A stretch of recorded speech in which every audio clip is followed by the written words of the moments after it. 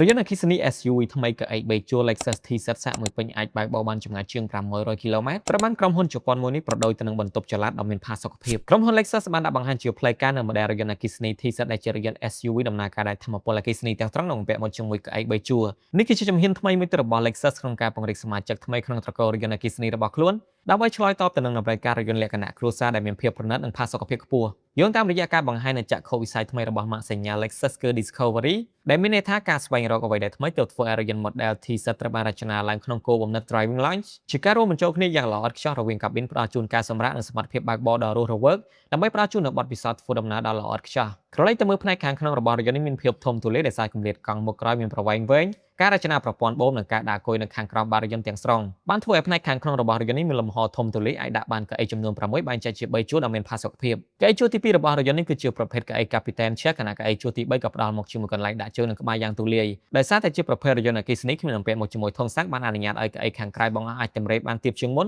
ដែលធ្វើឲ្យសូម្បីតែមនុស្សពេញវ័យមានកម្ពស់ខ្ពស់អាចអង្គុយបានយ៉ាងងាយស្រួលលើពីនេះនៅផ្នែកខាងក្រៅនោះក៏មានប៊ូតុងបញ្ជាសម្រាប់បត់កៅអីជួរទី2ទៅខាងមុខដើម្បីផ្ដល់ភាពងាយស្រួលក្នុងការចូលទៅអង្គុយនៅកៅអីខាងក្រោយចំពោះកៅអីខាងមុខគឺជាប្រភេទកៅអីដែលទទួលបានការរចនាថ្មីទាំងស្រុងពី Lexus ដែលមានរូបរាងស្ដើងនិងស្អាតនឹងការទ្ររាងកាយបានយ៉ាងល្អទាំងកៅអីជួរទី1និងកៅអីជួរទី2បានបំពាក់មកជាមួយប្រព័ន្ធកម្ដៅប្រព័ន្ធបញ្ចេញខ្យល់និងតម្រងសម្រាប់កលជើងងាកទៅមើលដំបូលរបស់រយន្តនេះគឺជាប្រភេទដំបូលកញ្ចក់ Panoramic ដែលមានទំហំធំលាតសន្ធឹងលើកៅអីទាំង6តែម្ដងទ្វាររបស់រយន្តនេះក៏បំពាក់មកជាមួយប្រព័ន្ធជំនួយការបិទដោយស្វ័យប្រវត្តិខណៈបន្ទះទ្វារខាងក្នុងត្រូវបានតុបតែងដោយស្រទាប់ឫស្សីនៅពេលថ្ងៃមើលទៅវាដូចជាឫស្សីធម្មតាប៉ុន្តែវានឹងបង្ហាញជាពណ៌និងលំនាំពន្លឺផ្សេងៗនៅពេលយប់ស្របតាមប្រព័ន្ធភ្លើងលម្អ ambient light បន្ថែមពីនេះចំពោះប្រព័ន្ធសំឡេងរបស់រយន្ត TZ ត្រូវបានបំពាក់មកជាមួយឧបករណ៍បំពងសំឡេង Max Leveson ចំនួន21គ្រាប់អ្វីដែលគួរចាប់អារម្មណ៍មួយទៀតគឺរយន្តនេះបានប្រើប្រាស់កម្មវិធី Arena ថ្មីរបស់ Lexus គាំទ្រមុខងារពហុព័ត៌មាន Lexus Connect កាន់តែសម្បូរបែបនិងផ្ដល់ជូនដំណើរការយ៉ាងរហ័សហើយងាយស្រួលនៅផ្នែកខាងមុខដដែលនេះបានបំពាក់មកជាមួយអេក្រង់កំសាន្តទំហំ14អ៊ីងត្រូវបានភ្ជាប់គ្នាជាមួយអេក្រង់កុងទ័រ Digital ទំហំ12.3អ៊ីងសម្រាប់អ្នកបើកបរ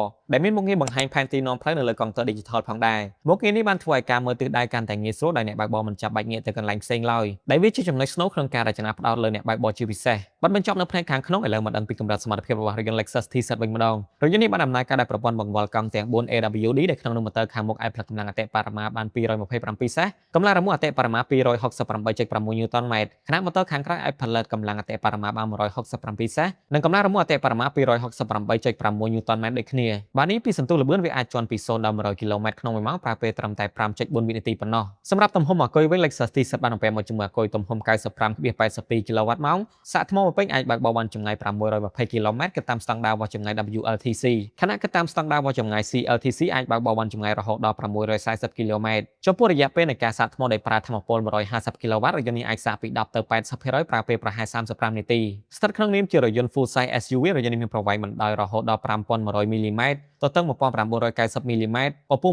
1705មីលីម៉ែត្រនិងប្រវែងកម្រិតកង់មុខក្រោយ3050មីលីម៉ែត្រទោះបីជាប្រភេទរយន្ត SUV កៅអី3ជួរក៏ដោយក៏រយន្តនេះផ្ដល់មកជាមួយកន្លែងដៃវ៉ាន់យ៉ាងធំទូលាយបែកគ្លុបខាងក្រៅអាចដាក់វ៉ាលីទំហំ55លីត្របានចំនួន4ឬវ៉ាលីទំហំ92លីត្របានចំនួន2បន្ថែមពីនេះប្រសិនបើបងប្អូនមានតម្រូវការដាក់អីវ៉ាន់ច្រើនក៏អាចបត់កៅអីនៅផ្នែកខាងក្រៅដើម្បីបង្កើនទំហំផ្ទុកអីវ៉ាន់បានផងដែរក្រៅពីផ្ដល់មកជាមួយភាពធំទូលាយរយន្តនេះក៏បាន design ផ្ដោតសំខាន់លើប្រព័ន្ធលំហូរខ្យល់ aerodynamic ដែលរយន្តនេះមានមេគុណទប់ខ្យល់ទាបបំផុតត្រឹមតែ 0.27 CD ដែលជួយឲ្យរយន្តនេះជិះកាន់តែឆ្ងាយនិងស្ងាត់ល្អចំណុចពិសេសមួយទៀតគឺរយន្តនេះបានបំពាក់មកជាមួយមុខងារ Rear Comfort Mode ជួយកាត់បន្ថយការយល់ទៅមុខដើម្បីកុំឲ្យអ្នកដំណើរនៅផ្នែកខាងក្រៅវិលមុខឬហត់នឿយចុងក្រោយអ្វីដែលមិនអាចខ្វះបានរយន្ត Lexus TX នេះបំពាក់មកជាមួយកញ្ចប់ប្រព័ន្ធសុវត្ថិភាព Lexus Safety System Plus ចុងក្រោយបង្អស់រួមមានមុខងារជាច្រើនដូចជាប្រព័ន្ធព្រមានការពារមុនពេលប៉ះទង្គិច PCS ប្រព័ន្ធរក្សាល្បឿនថេរដែលប្រើ radar ប្រព័ន្ធ DRCC ដែលមានមុខងារថ្មីហៅថា Eco Run Mode ជួយបង្កើនប្រសិទ្ធភាពថាមពលរបស់រយន្តឲ្យបានខ្ពស់បំផុតនិងប្រព័ន្ធជំនួយការក្នុងការបដូរកន្លងផ្លូវតាមការរំពឹងទុក Lexus TZ អាចនឹងដាក់លក់នៅលើទីផ្សារអឺរ៉ុបនៅឆ្នាំ2027ខណៈតម្លៃរបស់វានឹងត្រូវប្រកាសជាផ្លូវការនៅពេលនោះផងដែរ